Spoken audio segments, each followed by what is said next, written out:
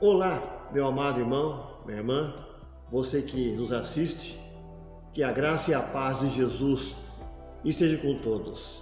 Este é o programa Verdades do Evangelho, Momento Devocional. É um trabalho da Igreja Presbiteriana de Porto Belo. No final desse vídeo, se você gostar, curta, compartilhe com um amigo, dê o seu like. Acompanhe comigo.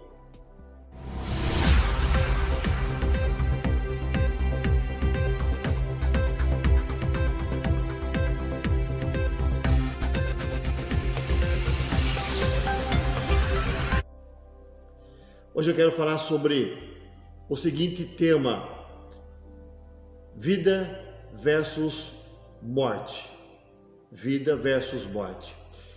Quero ler o texto que se encontra no Evangelho de Lucas, Lucas capítulo 7, do verso 11 ao verso 17. Acompanhe comigo. Em dia subsequente, dirigia-se Jesus a uma cidade chamada Naim, e iam com ele os seus discípulos, numerosa multidão. Como se aproximasse da porta da cidade, eis que saía o enterro do filho único de uma viúva, e grande multidão da cidade ia com ela. Vendo-a, o Senhor se compadeceu dela e lhe disse: não chores. Chegando-se, tocou o esquife e, parando os que o conduziam, disse: jovem, eu te mando, levanta-te. Sentou-se o que estivera morto e passou a falar, e Jesus o restituiu à sua mãe. Todos ficaram possuídos de temor e glorificavam a Deus, dizendo: grande profeta se levantou entre nós, e Deus visitou o seu povo. Essa notícia a respeito dele divulgou-se por toda a Judeia e por toda a circunvizinhança. Como eu disse, vida versus morte. O que nós temos aqui no nosso texto? Dois cortejos, duas procissões. Uma saindo da cidade de Naim.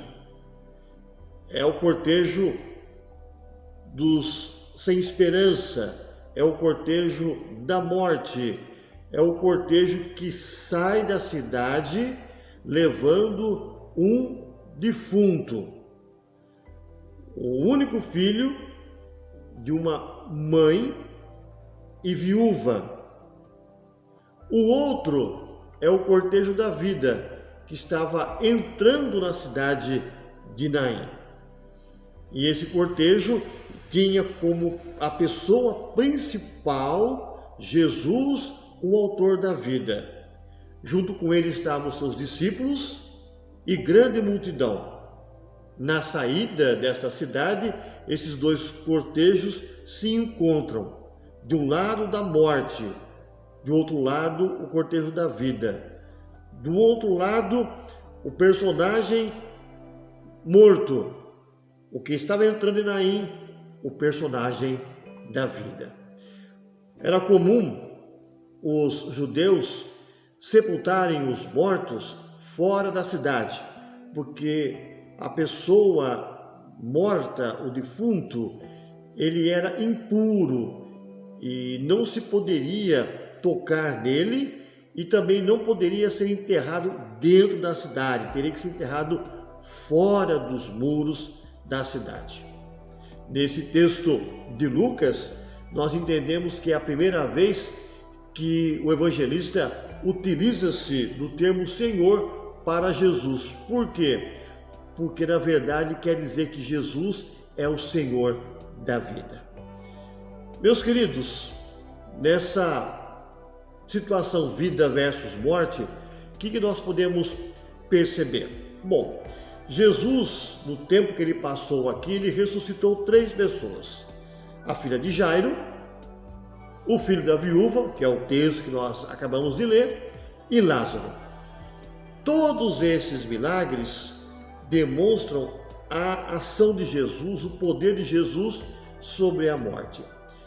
Entendemos o seguinte, que as pessoas que foram ressuscitadas, e você percebe que ocorreu um milagre completamente fantástico, só que todos nós sabemos que essas pessoas morreram lá na frente. O único que ressuscitou e continua vivo até hoje é a pessoa de Jesus. Mas os 3 momentos em que Jesus ressuscita, simplesmente ele está dizendo: eu sou o autor da vida. Eu estou acima de qualquer situação, até da morte, pois para a morte ninguém pode dar resultado. E Jesus aparece então como o único que poderia dar resultado àquela situação e trazer alegria e satisfação para aquela mãe viúva. O que nós queremos destacar aqui no texto? Alguns itens importantes. Por exemplo, o que Cristo viu? Bom, ele está entrando na cidade de Naim e ali ele se encontra com o cortejo. E ali, diz o texto, que Jesus tocou no esquife. O esquife, na verdade, é um tipo de caixão diferente do que nós utilizamos hoje. O esquife, ele não era fechado, era como um tipo de uma tábua que tinha um pequeno beiral, para não derrubar assim o defunto quando estivesse levando para o cemitério. O que mais nós podemos entender, queridos? É o seguinte, nessa situação você percebe que ali no cortejo da morte e no cortejo da falta de esperança, os pranteadores, a família, os amigos, os parentes estavam ali. E o que Jesus sentiu quando entra na cidade e encontra esse cortejo? Ele ficou compadecido. Jesus era um homem que se compadecia das pessoas. Os milagres de Jesus, todas as vezes que ele realizou algum, ele sempre se envolvia com a pessoa, ele demonstrava amor pela pessoa. Jesus não realizava os seus sinais e seus milagres como se fosse algo mecânico. Você percebe que nesse momento e em outros textos, que Jesus demonstra um amor, uma emoção muito grande, porque ele sempre se compadeceu do ser humano. Jesus olhava para o ser humano num sentido com os olhos da misericórdia, porque na verdade o ser humano não é nada, todos nós somos pó. E aí ele chega e diz para a mãe: olha, não chores. Mas como não chorar? Acabei de perder meu filho, já sou viúva, perdi meu marido um tempo atrás. Interessante que o termo não chores nos lábios de Jesus criou toda uma situação diferente, um conforto que nenhum ser humano poderia oferecer.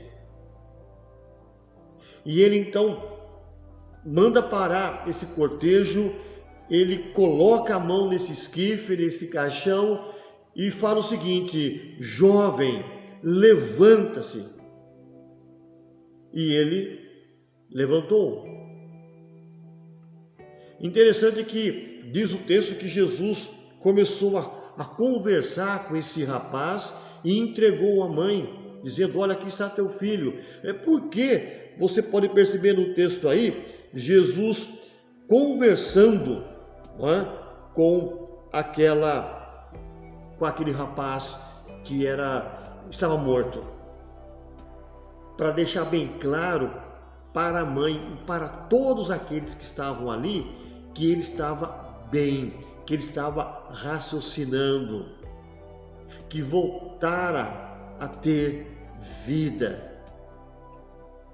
Meus queridos, olha, quando Jesus dá ordem: rapaz, se levante, Isso mostra o seguinte, que a morte, pelo que nós conhecemos, ela é a separação do corpo da alma. A morte, ela é o fim para o ser humano, mas com a presença de Jesus, deixou bem claro que Jesus restituiu, ele despertou aquele rapaz como se desperta alguém que tem sono ou que está dormindo, não é? Foi isso que Jesus fez. Quando ele opera esse milagre, diz o texto que as multidões ficaram maravilhadas. Olha, levantou-se novamente um profeta. Meus queridos, 400 anos eles ficaram sem profetas. E agora Jesus chega. E nós entendemos quando o texto fala que eles glorificavam a Deus, dizendo: levantou-se entre nós grande profeta, e Deus visitou o seu povo. Naim, aquela região, foi onde os profetas Elias e Eliseu trabalharam. Esses dois homens também ressuscitaram pessoas. Mas tanto Eliseu quanto Elias, eles precisavam da ação de Deus, buscar a Deus, clamar a Deus. Jesus não precisou clamar a Deus porque Ele é Deus. Ele tem poder sobre a vida. E a narrativa do texto é claríssima que toda a circunvizinhança ficou sabendo desse feito. Meu querido, nós estamos vivendo dias difíceis. Paira sobre o nosso país a morte.